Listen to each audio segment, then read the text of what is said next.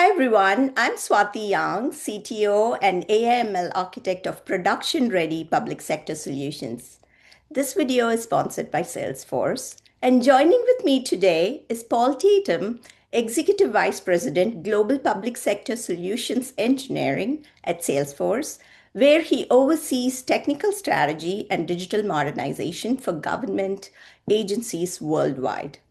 A recipient of the Fed 100 Award, Paul has served as a strategic advisor for every US cabinet level agency, focusing on large scale technology deployments that enhance public service delivery.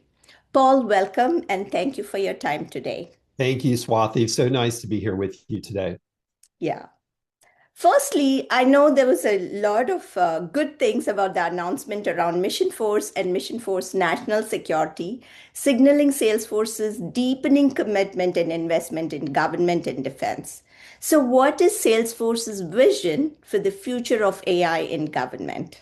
So, Swati, we are so excited to be announcing Mission Force and really the ongoing commitment we have to our government customers here in the US and frankly, globally around the world. You know, throughout our entire history, we have served governments at really helping them modernize and transform their engagement with their customers, their citizens, their processes, really their mission. And Mission Force is a extension of that work and really an expansion of it.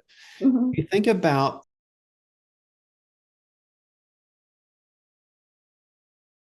mission critical work that they do, there's some special things about it, right? There is security requirements, there's impact levels we think about.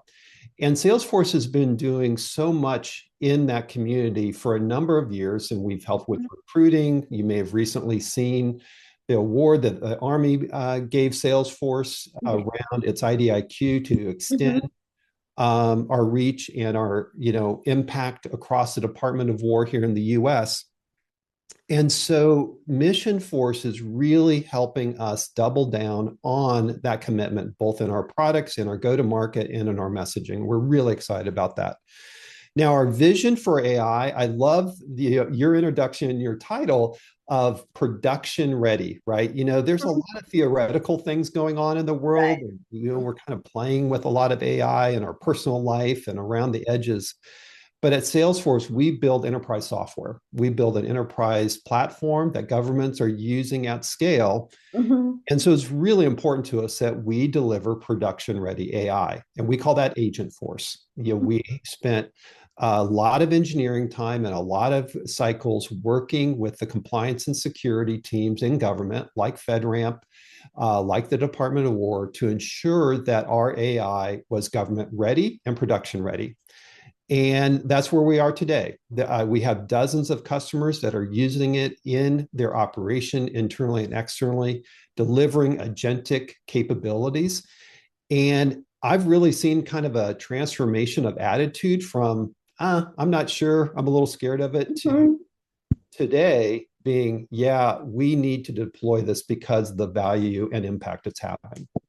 Right, right. No, you echo my sentiments exactly, and I'm super excited about Mission Force that Salesforce has introduced. Secondly, this topic really resonates with me because I like to take things from pilot to production.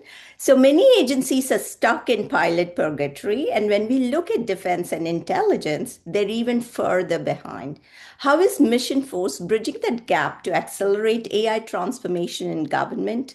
And what do you think is the tipping point that moves an agency from simply using a predictive AI or a chatbot to becoming a fully realized agentic enterprise? Oh, wow. Well, we could spend a lot of time talking about that. But one of Right. the things that has, I think we've all seen some pilots that have kind of stalled.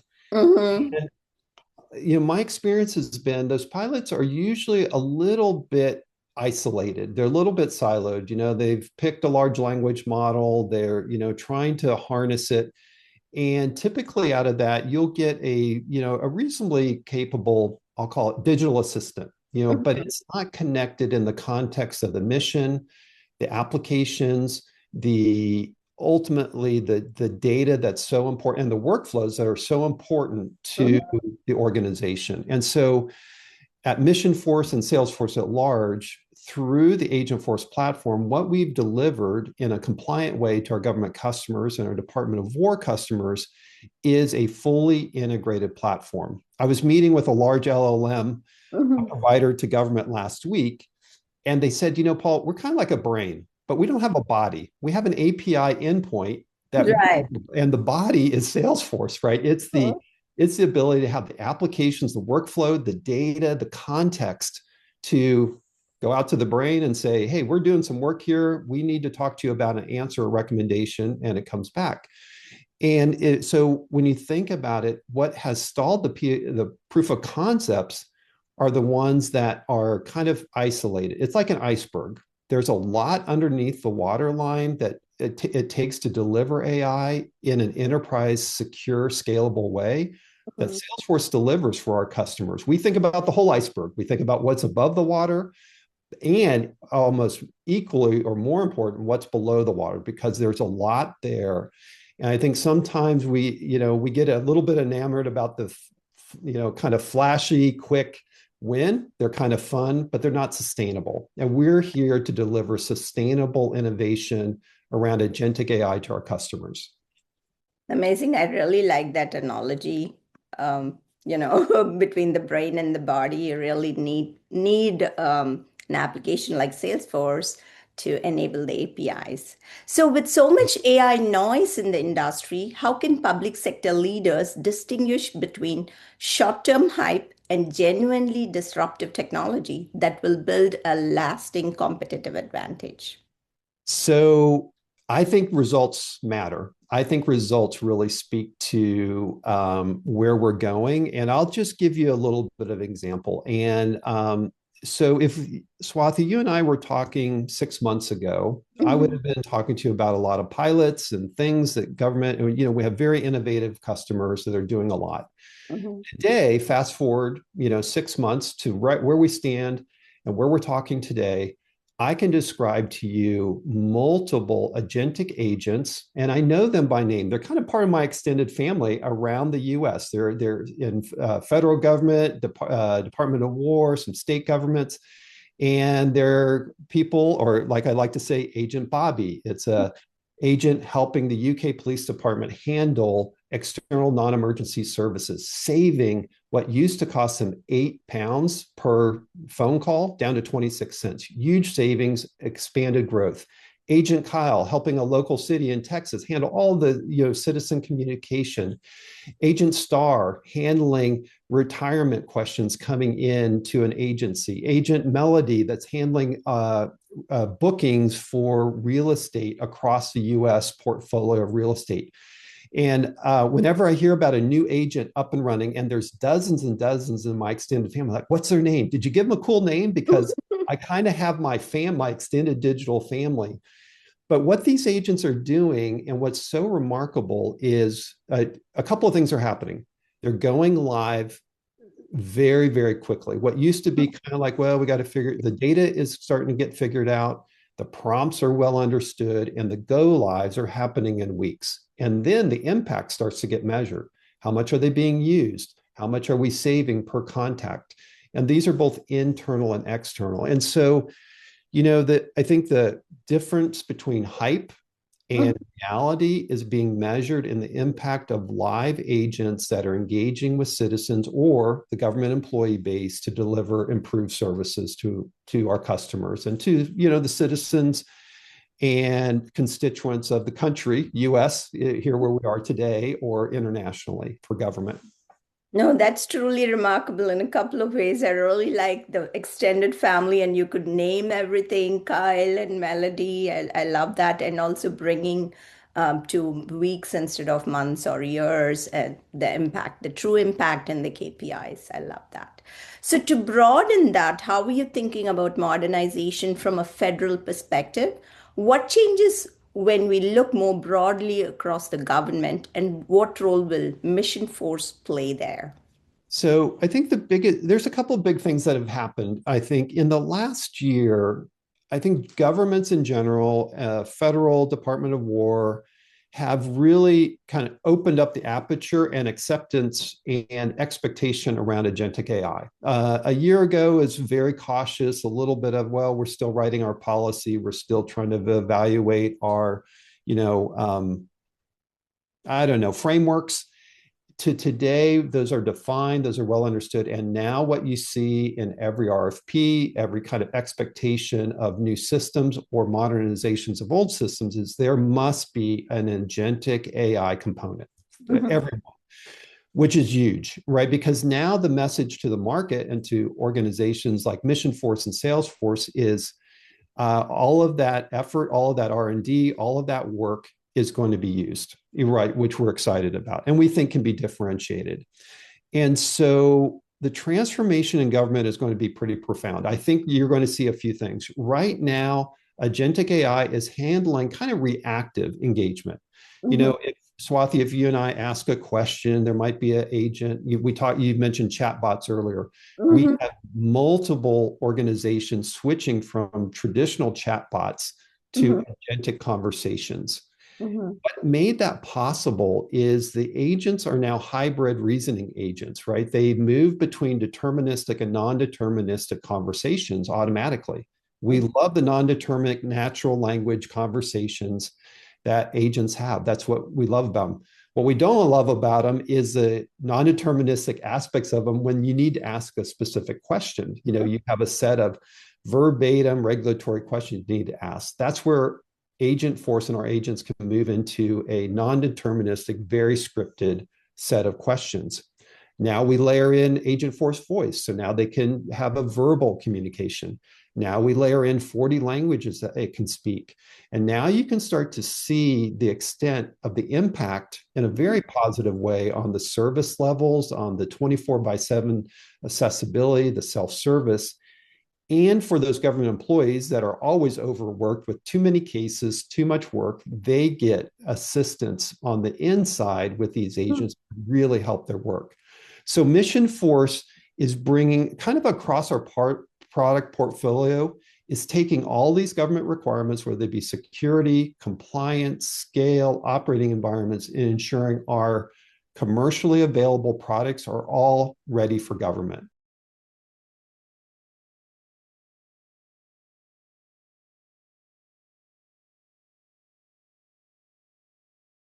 Here later in March. Wonderful, Paul. And I think I really like the aspect of switching between deterministic and non-deterministic, especially in regulatory environments. So I look forward to learning more about that. Uh, I think the next thing I want to talk about, what will it look like and how will federal leaders measure the success of these programs? Where should they start and how will they know they got their strategy right? I think there'll be, we have been here at Salesforce, we have been on what we call the agentic enterprise journey. We firmly believe that every organization, whether they be government or private sector, will need to become an agentic enterprise. What does that mean? An agentic enterprise is one that's looked at every role, every basically function or process and said, how can agentic AI help us be more productive, accelerate our time to value in this particular area? Mhm. We've been on that journey at Salesforce for the last 18 months, and we've learned a lot. We've made some mistakes. We had some agents we built that didn't really, add the value we expected.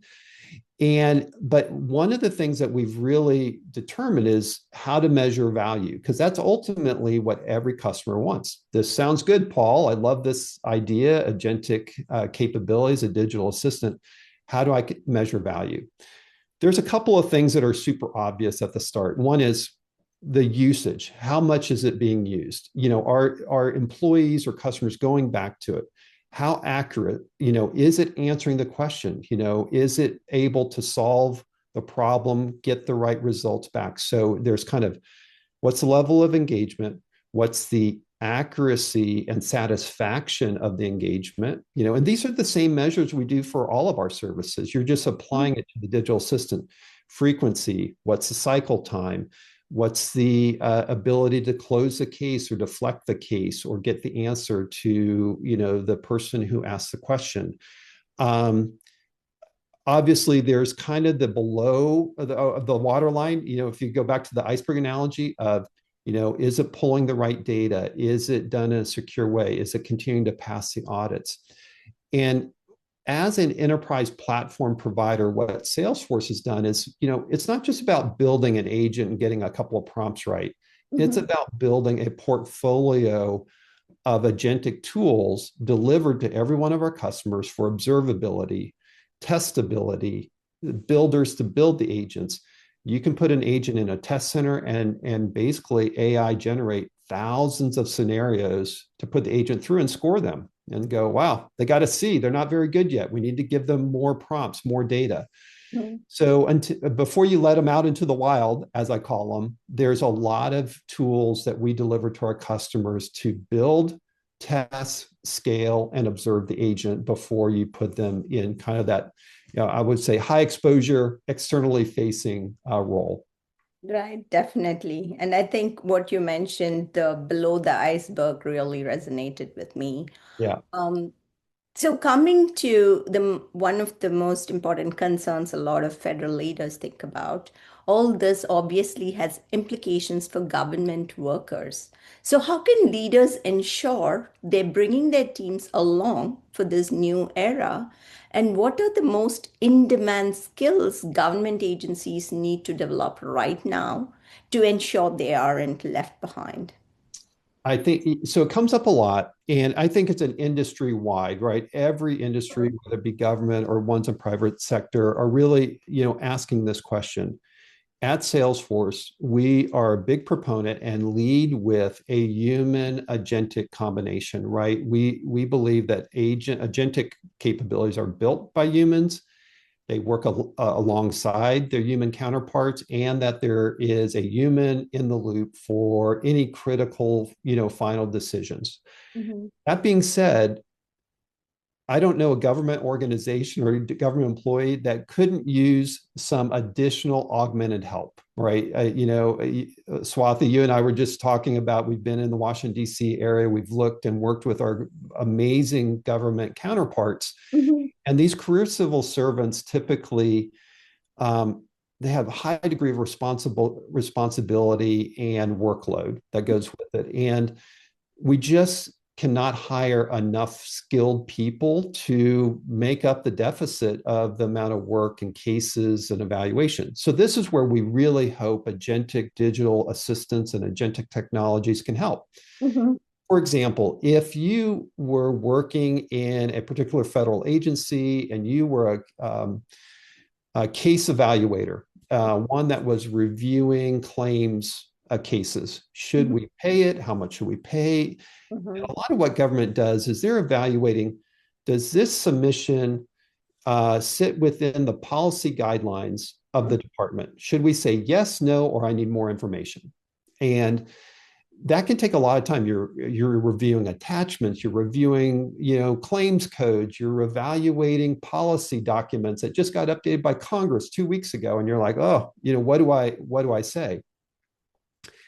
The day is here where agents can do, I'll call that pre-screening of the claim in this case, an example I'm giving. And I could walk in as the government employee, civil servant. The agent could be working 24/7. Hey, Paul, I've evaluated 100 claims based on the policy and my evaluation. My recommendation is this. I Mhm. think we should say yes. I think we should say no. I think we need to go back for more information. There's 3 attachments that are missing. The claims code is incorrect. That's a huge help. We're not taking the decision making away from the department or the human, but what we are is augmenting the pre-screening to go, let's just make this a little bit easier for you so you can go faster, you can cover more and with more accuracy. That's going to be a key, I think a huge, help and use case for governments in every department.